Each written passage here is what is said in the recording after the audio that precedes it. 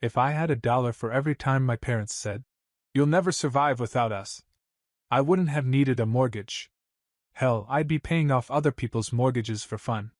My name's Noah, and I grew up in a house where independence was treated like a phase, something embarrassing you grew out of, like emo hair or that one summer I wanted to be a magician. My mom, Linda, was the kind of woman who labeled leftovers with expiration dates and still checked them daily. Control was her love language. My dad, Gary, had a knack for tough love, mostly the tough part. If I succeeded at something, his first instinct was to find a way to make it sound like I got lucky. I wasn't the golden child. That was Mandy, my older sister, favorite of the universe, and recipient of 5 separate, just because spa days in 1 year. Mandy could crash her car into the garage and Mom would say, "She's just tired, poor thing." I once forgot to vacuum the hallway and got a week-long silent treatment and a laminated list of chores for character building. So no, I didn't tell them when I bought my first house. Because last time I told them something good happened to me? Dad said, "Are you sure that's wise?" And Mom followed it with, "Just promise us you won't make any impulsive decisions. Like that ugly leather couch you bought." The couch was fine. Still is. It reclines. I started working in HVAC after high school. College wasn't an option, not because I didn't get in, but because I didn't want to be in debt until I was 60 just to learn from someone who's never used a socket wrench. Instead, I busted my tail with Franklin Air and Heat. Long hours, summers that felt like I was walking inside a toaster, and more attic raccoons than I'll ever talk about. But it paid off. I saved every cent. No vacations, no takeout, no $7 lattes, just pure, boring discipline. I rented a place with peeling linoleum and no real insulation, and slowly, month by month, the dream got closer.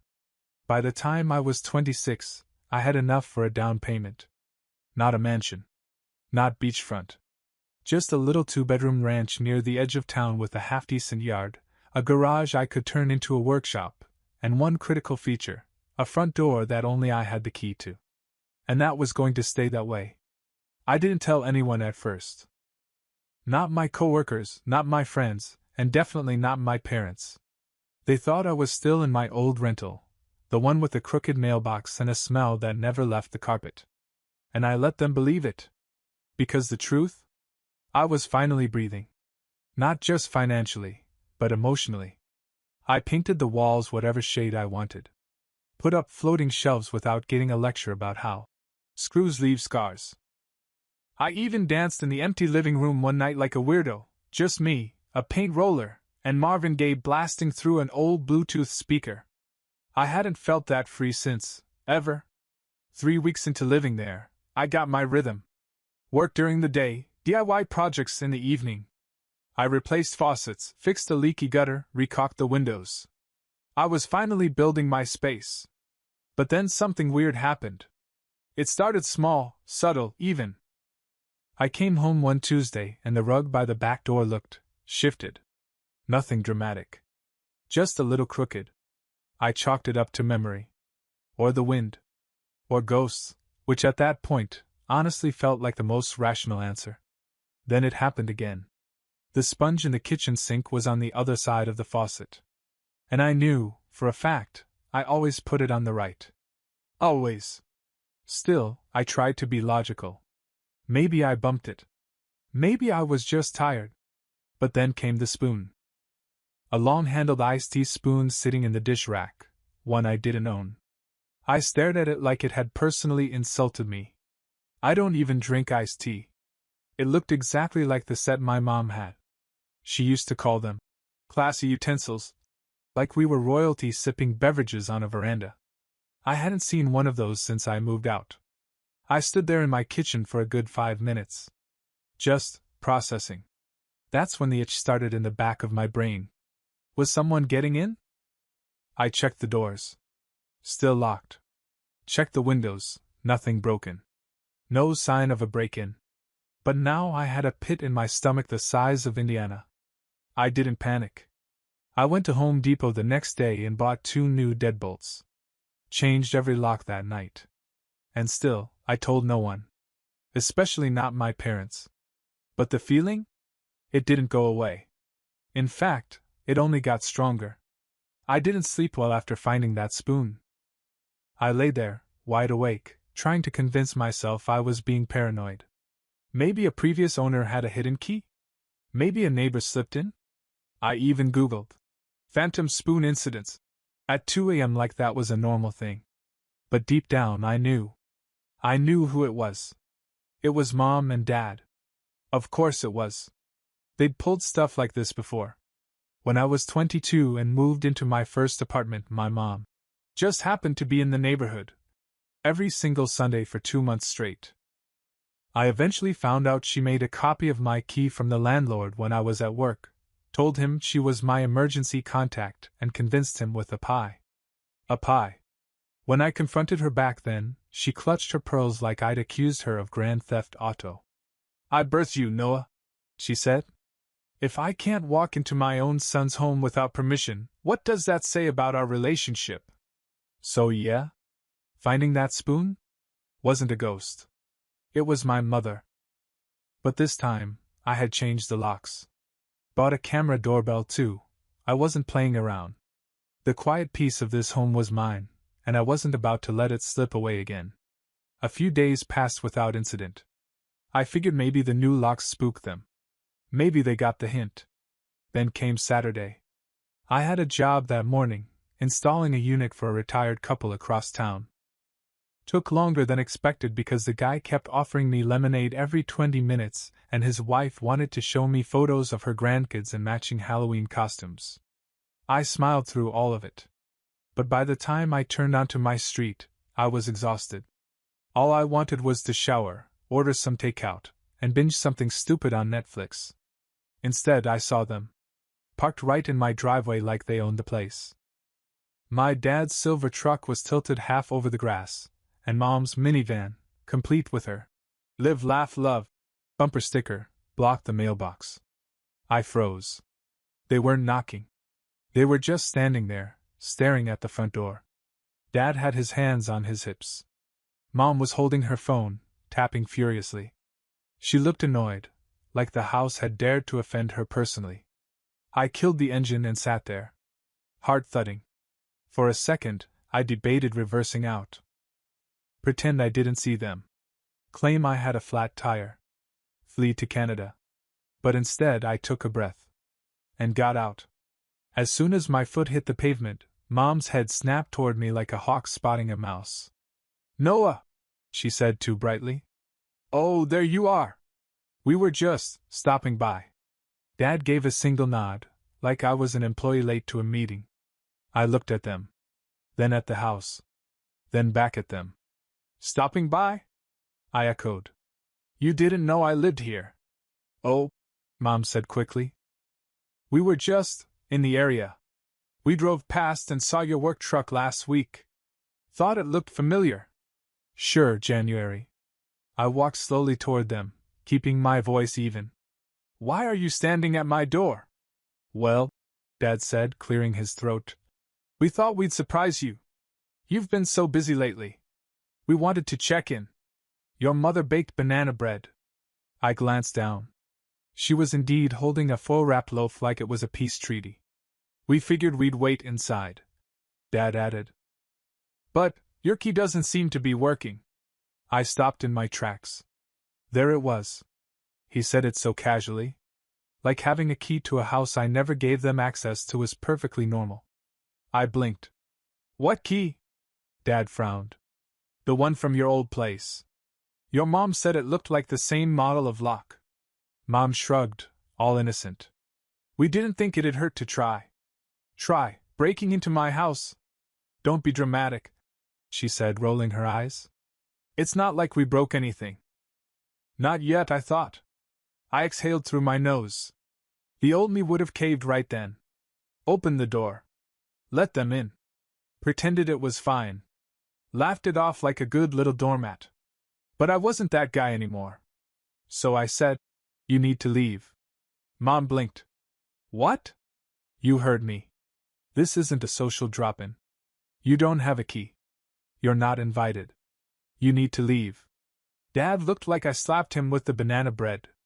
Noah, don't be ridiculous. We're family. Exactly. And family doesn't sneak into your house when you're not around. I brought you bread, Mom said again, as if that somehow absolved everything. I'll leave it on the porch, I replied calmly. You can pick it up when you're invited. Which is, not today. They stared at me in stunned silence. Then Mom's phone buzzed. She checked it, frowned, and then, I kid you not, looked me dead in the eye and said, We might come back later, when you're calmer. That's when she turned to Dad and whispered something. And then he smirked. They weren't done. And I knew, in that exact moment, whatever line had been drawn in their heads, they had just erased it. Sunday was quiet. Too quiet. I spent most of it pretending to relax, grilled a couple burgers, watched a game, even tried to take a nap. But there was this itch under my skin the whole time. Like when you know your phone's about to ring before it does. I kept glancing out the window like they'd pop out from the bushes. They didn't. But that didn't mean they were done. Monday, I installed a motion sensor camera over the garage and synced it to my phone. I'd already put up a doorbell cam the week before the spoon incident, because, again, not my first rodeo with these people. But now I had coverage of the whole front. That evening, I was mid-shower when my phone buzzed twice from the bathroom counter. Motion alert. My stomach clenched. I yanked the towel around me, dripping across the tiles like a cartoon burglar, and checked the app. And there they were. Both of them. Mom and Dad. Back in my driveway like it was a timeshare they forgot they didn't own. I watched on the live feed as Mom got out of the car holding something that looked suspiciously like a casserole dish. Dad had a manila envelope under one arm. Didn't we just do this? I muttered. They walked up to the door, not even pretending to knock. Straight to the handle. Dad pulled out the key. The same one from before. He tried it again. Still didn't work. Shocker. From my tiny speaker I heard Mom say, Well, if he won't open up, maybe someone else will. Dad muttered something, then pulled out his phone. A few minutes later, a white van pulled into view. No logo. Just locksmith vibes. I stared. They actually called a locksmith.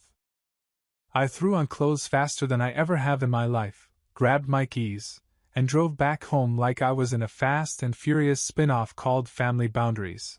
Final warning. By the time I got there, the locksmith had already stepped out of his van and was walking toward my parents, holding a clipboard. I parked across the street and just watched for a second. Mom was doing her fake sweet voice. I'm sure this is all a misunderstanding, she said to the guy. We just lost access to the home. Uh-huh, the locksmith replied, not buying it. Dad handed him the envelope, probably something vaguely looking like proof of residence. Or a fake lease printed off the internet. Honestly, I wouldn't put it past them. That's when I crossed the street. Hey! I called out. My voice echoed a bit more than expected. Everyone turned. Mom's face fell. Dad blinked like I'd materialized out of thin air. Funny seeing you here, I said flatly. The locksmith looked between us. You the homeowner? I nodded. Yes, sir. Got ID and the title in my glove box if you want to see it. Dad cleared his throat. Noah, we were just trying to force your way into my house. Again. Don't be dramatic. Is that your new motto? The locksmith stepped back a little, glancing at the key Dad was still awkwardly holding. So. Just to clarify. You don't live here? No, I said. They don't. They've never lived here. They've never paid for a single thing here. They weren't invited. They weren't given a key. And they're not on any document. But I do have footage of them trying to open the door. Twice. The guy turned to my parents, visibly uncomfortable. Yeah. I can't help you then. Dad tried to push forward. You don't understand. This is our son. This is a family matter. Locksmith dude shrugged. Yeah, and I'm not getting sued because you two can't respect a boundary. He turned and walked back toward his van. I swear I saw the smallest smile tug at the corner of his mouth. Mom looked like she'd swallowed a lemon. You changed the locks? She hissed at me. You tried to enter without permission. I shot back. So yeah? I did. We were just worried about you, she said, her voice cracking. You've been distant. Gee, I wonder why. Dad took a step closer, but I held up a hand. No more surprise visits. No more spare keys. No more pretending this is normal. If you want to see me, call. Like adults. Mom tried to hand me the casserole dish. I didn't take it. Dad opened his mouth and closed it again. They left without another word. I thought that would be the end of it. I really did. After the locksmith walked off and my parents left with their casserole dish and bruised egos, I stood in the doorway of my house, for a long time. Half waiting for them to turn around. Half expecting them to pull one last stunt. But they didn't. They actually left. And for the first time in weeks, it was quiet again. I should have known better. Because the next morning, the text messages started. First from Mom. We were only trying to help. Sorry if it came off aggressive. Can we talk? Then another 2 hours later. I just want to see you more often. I feel like I don't even know you anymore. Please don't freeze us out. Then a photo of the banana bread. Just a photo. Sitting on their kitchen counter. Like it was on house arrest. By noon, Dad chimed in with his usual subtlety. You didn't need to embarrass us like that. That locksmith guy was just doing his job. No need to turn everything into a show. No apology. Just a passive-aggressive jab wrapped in a sentence. Classic. I didn't reply. Not to any of it. I left the messages on read. Because what was I supposed to say? Sorry for protecting my property and not rolling out the red carpet for your unauthorized entry attempt. Nah. I went to work that afternoon like usual. Fixed a busted heat pump in someone's crawlspace and tried not to think about my phone vibrating in my pocket every half hour. When I got home that night, something felt off. Again. Not in a someone broken way. But in a someone's about to way. And I was right. Because sitting on my front porch bench was a takeout bag from that cafe my mom always loved. Inside? A slice of lemon cake. A handwritten note on pink stationery. Thought you'd like this. You used to love lemon cake. We miss you. Mom Yellow Heart. I stood there in the doorway, bag in hand, like I'd just found a dead fish wrapped in a love letter. It was textbook emotional sabotage. No actual apology. No acknowledgement of the boundary they crossed. Just sugar, nostalgia, and guilt. And then, 2 days later, right as I thought the weird piece might hold, Mandy showed up. Of course she did. She was the golden child, the favorite, the designated family diplomat. Every family has one, the one who never gets their hands dirty but always swoops in to smooth things over, while conveniently staying on the pedestal. I was in the middle of unclogging a sink in the garage when I heard a soft knock. Not the firm, obnoxious parent knock. No. This one was delicate. Soft. Apology-coded. I opened the door and there she was. Mandy Barker. Perfect hair, perfect coat, and that. I'm trying to be understanding but also better than you. Smile she'd perfected since we were kids. Noah, she said like she was announcing the weather. Mandy, I replied, drying my hands on my jeans. I was just in the neighborhood. No one is ever just in the neighborhood out here. She laughed politely. There. There was a beat of silence. Then she held up a small box. Mom asked me to drop this off. She said it's yours. I took it. It was a small wooden key holder. One I'd made in shop class back in high school. Dad used to keep it in the hallway. I'd forgotten it even existed. She said it belongs in your house now, Mandy added. I looked at it for a long second, then back at her. She could have mailed it. She wanted it to be more personal. Right. Just like copying my key was personal. Her face twitched, a tiny flicker of guilt. They didn't mean harm, she said softly. They just don't know how to let go. I leaned against the doorframe. And that's supposed to be my problem? No, she admitted. But maybe if you just invited them over once, they wouldn't feel the need to barge in. I couldn't help it, I laughed. Out loud. Mandy, you don't ask burglars to dinner just because they keep showing up. She winced. Okay, maybe not the best metaphor. No, it's perfect. Because that's what this is. They want access, not connection. They want control, not conversation. She was quiet for a beat. Then said, "You've changed." "Thanks," I said, smiling for real this time. "That's the point. I kept that key holder Mandy brought.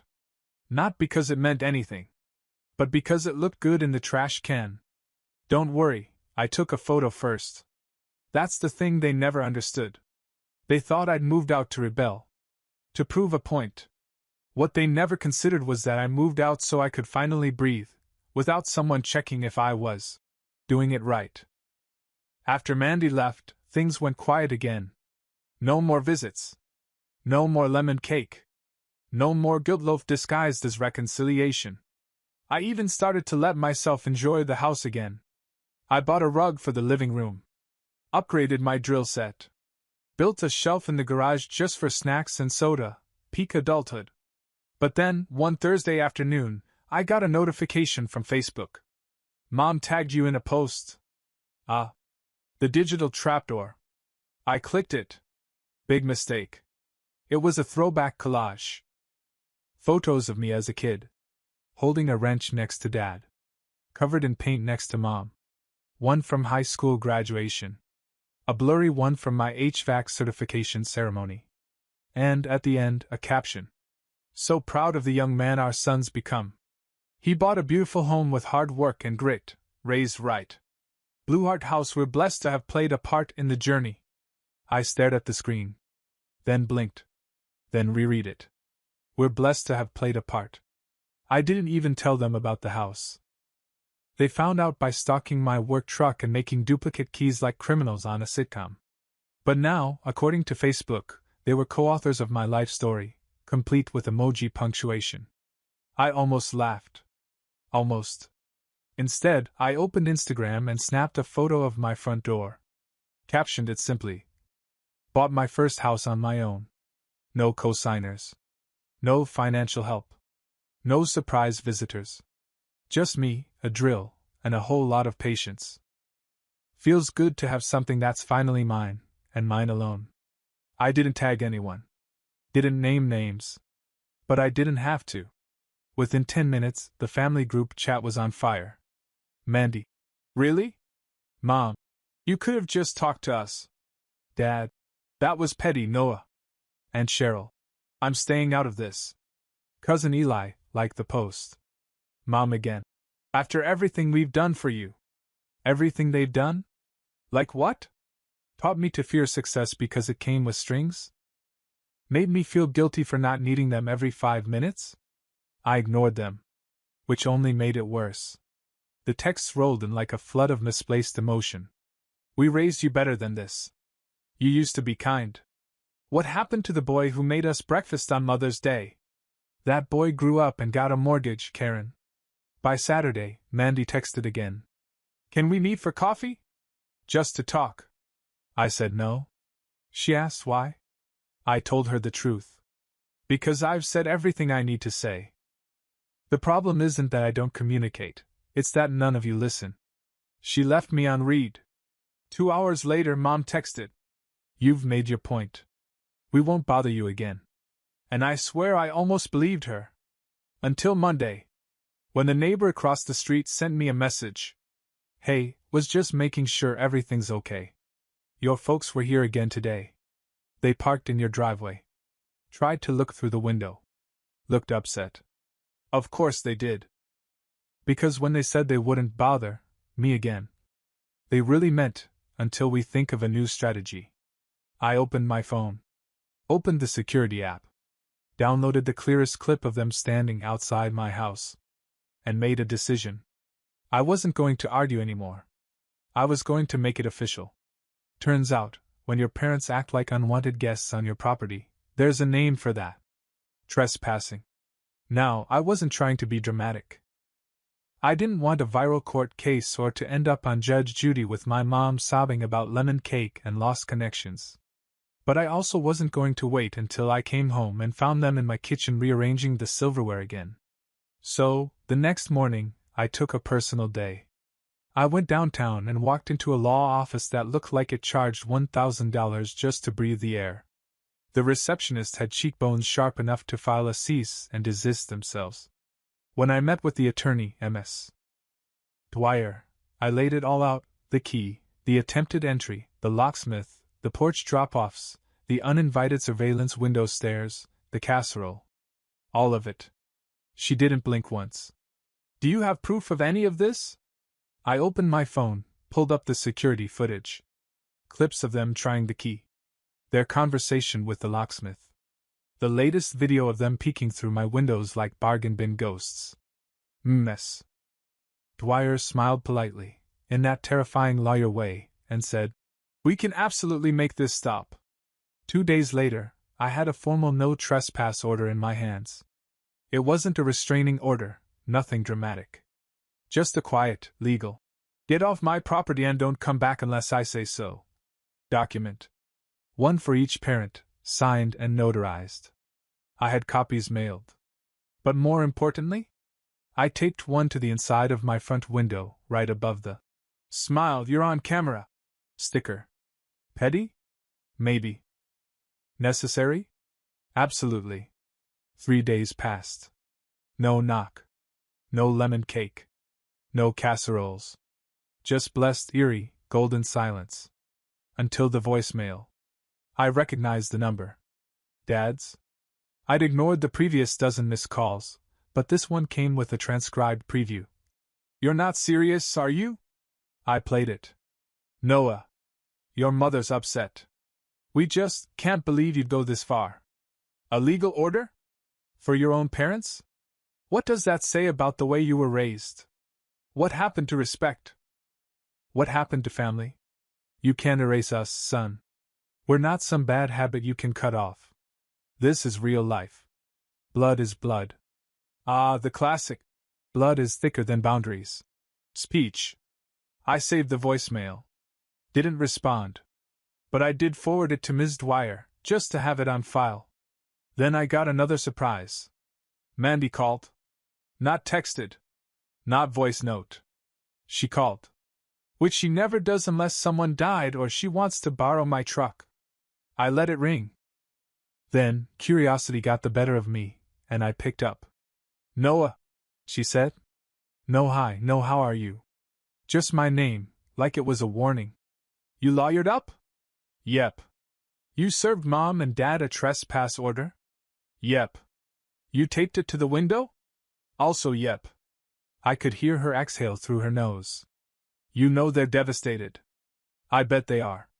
They feel like you don't love them anymore. They've confused being loved with being allowed to do whatever they want." Big difference. There was a long pause. Then she said, "Dad's been talking about rewriting the will. Let me guess, leaving me out?" Silence. I actually smiled. "Well," I said, "good thing I bought my house with my own money, huh?" "You really don't care?" she asked. I thought about it. And realized something wild. I didn't. Not even a little. "You know what I care about," I said. "Getting through a weekend without someone peeking through my window, holding banana bread like it's a hostage. That's what I care about." She sighed again, but softer this time. "Noah, you know you've changed, right?" "I hope so." It had been 3 weeks since I taped that no trespass order to the window. And you know what? It was quiet. Peaceful. Like that kind of silence you don't notice at first, but slowly starts to feel like freedom. I had full weekends with no awkward knocks. No guilt texts. No lemon-flavored bribery. Just me, my power tools, and whatever dumb reality show I picked for the week. Even the family group chat died down. Mom stopped sending photo collages with cryptic captions like, "Miss the way things used to be, broken heart." Dad stopped leaving voicemails where he sounded like a 1950s sitcom dad kicked off his own porch. Mandy, shockingly, kept her word and stayed out of it. I thought maybe, it was over. And then, the call came. It was a random Tuesday. I was between service calls, eating a gas station sandwich in my truck, when my phone buzzed with a number I didn't recognize. I picked up. Hello, is this Mr. Noah Barker? Yeah? This is Craig from Hope and Home Realty. I'm calling about the listing at 230 Hickory Lane. I blinked. That was my address. I didn't list anything. There was a pause. Then Craig cleared his throat. Oh, I see. Well, someone claiming to be the homeowner reached out to begin the valuation process. They said the house might be going up for sale and asked for a walkthrough. I was just following up. My brain glitched. They what now? He read off the contact name. Edward Barker. My dad. I laughed. I actually laughed, right into the phone. Craig was quiet. I'm so sorry, I said between breaths. That's not happening. My dad doesn't live here. Never has. I bought this house myself. I have the deed, the mortgage, the keys, all of it. He has no authority. Ah. That's good to know, Craig said slowly, like I just saved him from a lawsuit. I'll cancel the file. Sorry for the mix-up. No problem, I said. And hey, if he tries that again, just point him toward the security footage. The one where he tries to break in with a locksmith. Craig laughed. Will do. I hung up. Then stared at my dashboard for a full minute. It wasn't about the house. It was about control. They'd lost every other way to get in, literally and emotionally, so now they were trying to plant themselves in the paperwork. Fake a sale. Insert themselves back into a story they were no longer part of. I walked back inside. Opened my laptop. And drafted a letter. It was polite. Short. Just a reminder that any attempt to interfere with my property, impersonate ownership, or engage third parties without consent would result in legal action. I sent it to my parents. And CC'd Mandy, for fun. 2 hours later, Dad called. I didn't answer. The voicemail was just one sentence. I don't even recognize you anymore. And you know what? Good. A week later, I hosted a barbecue. Just friends. No family. We ate ribs off paper plates, laughed until the neighbors complained, and christened my tiny backyard deck with the kind of joy that didn't need anyone's approval. Right before sunset, someone asked, So your parents ever come by anymore? I smiled, gestured to the window, where the trespass order still sat, now perfectly framed beneath a welcome sign I bought ironically. Not since they tried to sell it out from under me. Everyone laughed. And me? I finally exhaled. Because this house? This piece? This version of my life? It was mine. Every square inch.